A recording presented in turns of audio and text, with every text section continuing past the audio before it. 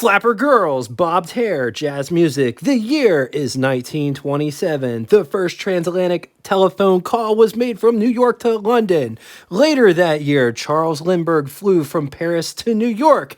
The Great Mississippi Flood, which affected 700,000 people, the greatest natural disaster the US of A ever saw up until that point. And Ford finally makes a new model to replace the Model T called the Model A. But before getting into all of it, I'm Jay. Welcome to What It's Like, the automotive channel that puts the spotlight on the cars that don't often get talked about. We cover the classics, vintage, some exotics, lots of orphan cars, and cars that frankly are being forgotten. If that sounds like a channel that you will totally dig, subscribe and hit the bell icon next to it to never miss a video. Before getting to the meat and potatoes, I've been getting a lot of emails saying that YouTube deleted their comment. I just wanted to let you know, I don't delete any comments. In fact, all of the comments that might be offensive go into a different folder, and I greenlight all of them. Sometimes YouTube just blocks everything from me too.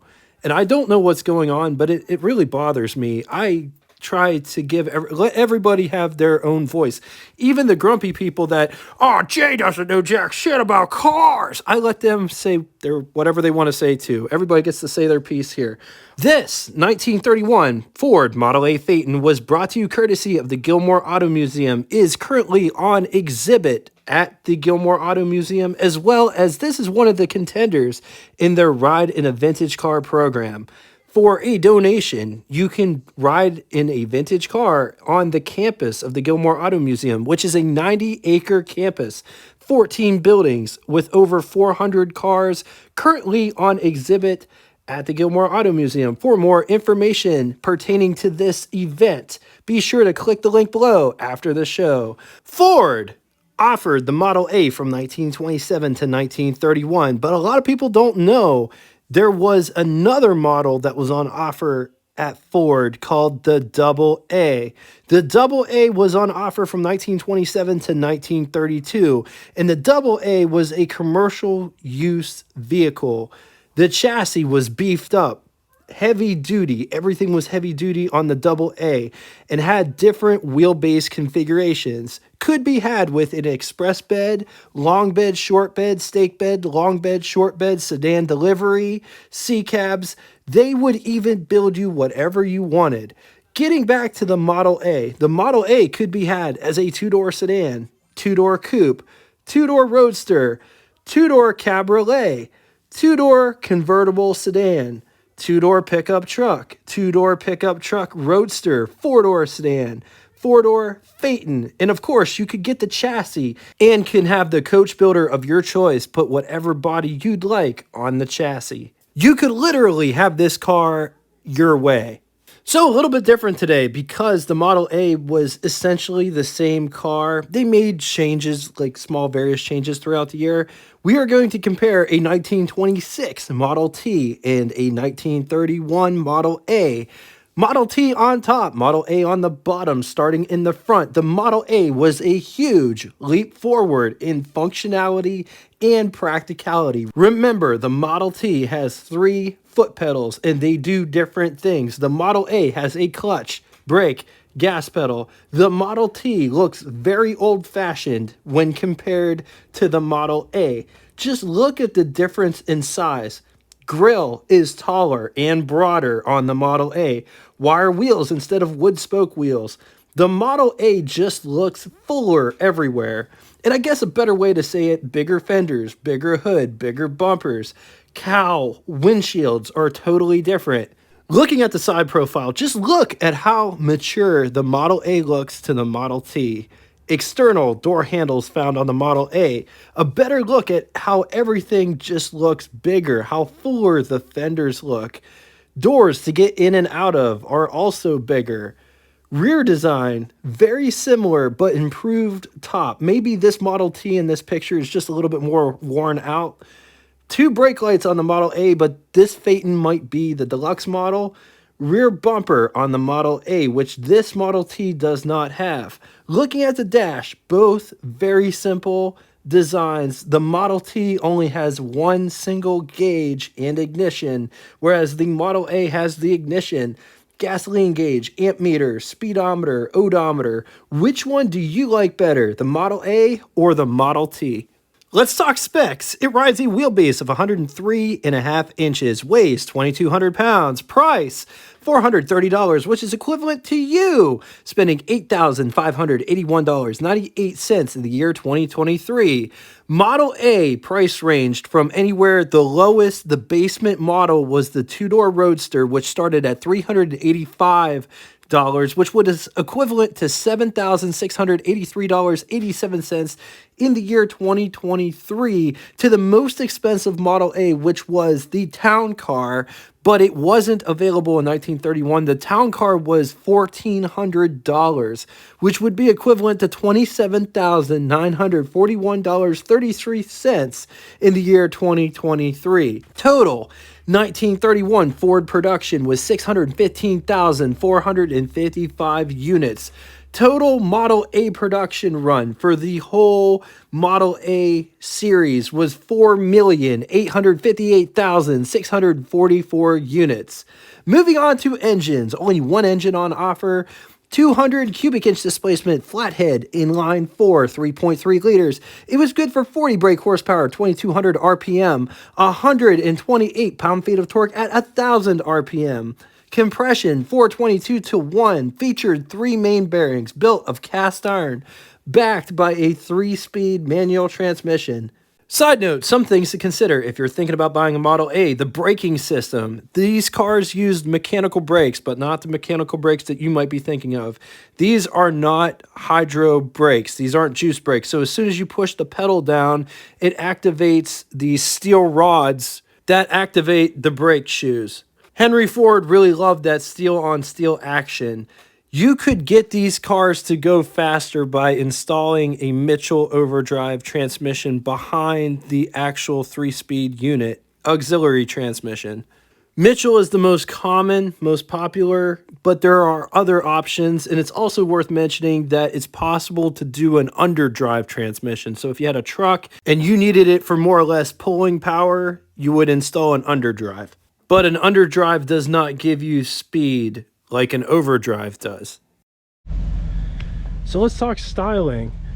Look at how these headlights are designed. Also check out the bar that they sit on. It connects the 2 fenders together. Bumpers, very basic in design. I love that you can see all of the mechanism inside there for the drum brakes and suspension. These are the brake rods.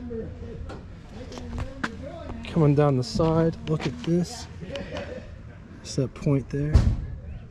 It's got nice side mounts, which the mirrors are chained to.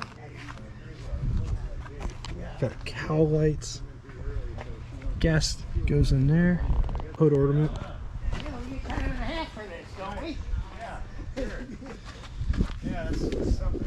Look at the running board situation. How this rear fender kicks out. This looks like the hoof, the leg of an animal, like a donkey. Brake lights. This one has 2 brake lights. Some of them only had 1. Trunk. This is a real glass window in the back. Take a look at this interior. There isn't a glove box. These seats are very nice and comfortable. Notice the flat floor isn't a transmission tunnel. The rear door doesn't have any armrests, just a door handle. This car does not have windows to roll up. Probably has side curtains. To get in the back, you'd have to step here, climb inside. And the door is relatively tight. So sitting in the back seat, this is how much space I have between my knee and the back of the seat. There's tons of space. And the floor is all smooth because there isn't a transmission tunnel. This car sits above it. But looking around, creature comforts, There isn't any. There isn't an armrest. I mean, you could use this as an armrest. Doesn't fold down in the center. There aren't any coat hooks or dome white. So coming to the front door, notice there isn't an armrest. There's a door handle to get out. Look at the seat to kick panel situation. It's really tight. Coming down inside the pedal box, clutch, brake, gas pedal. The starter button's up there on top.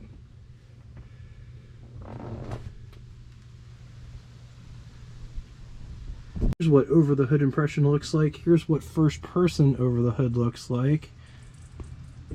Let's take a quick gander at the greenhouse or the pillar to glass ratio. That's what visibility looks like out the rear window from the front seat. On to the button switches and knobs. Horn, headlights, both for the low beam and high beam. Advanced and retard for spark advance. Hand throttle, ignition, gasoline gauge at the top, amp meter, speedometer. Notice the speedometer spins and the needle stays stationary. Odometer.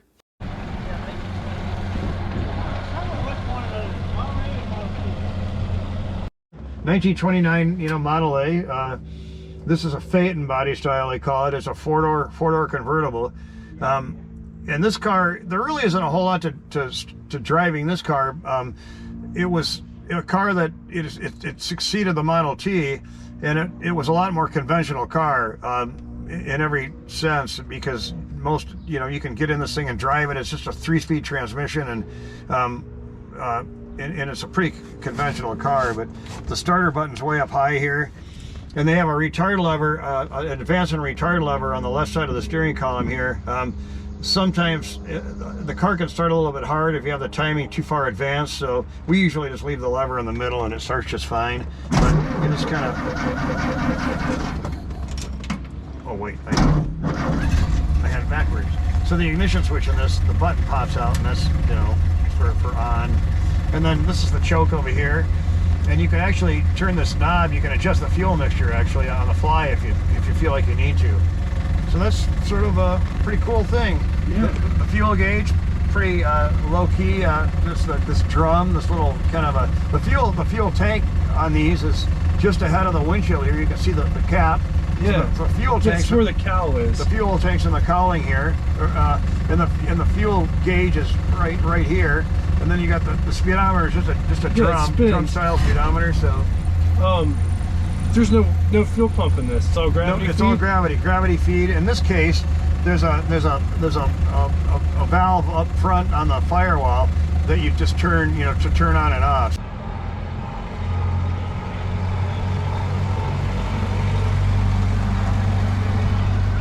On the positive side, this is a great car, great entry-level car to get into the classic car hobby.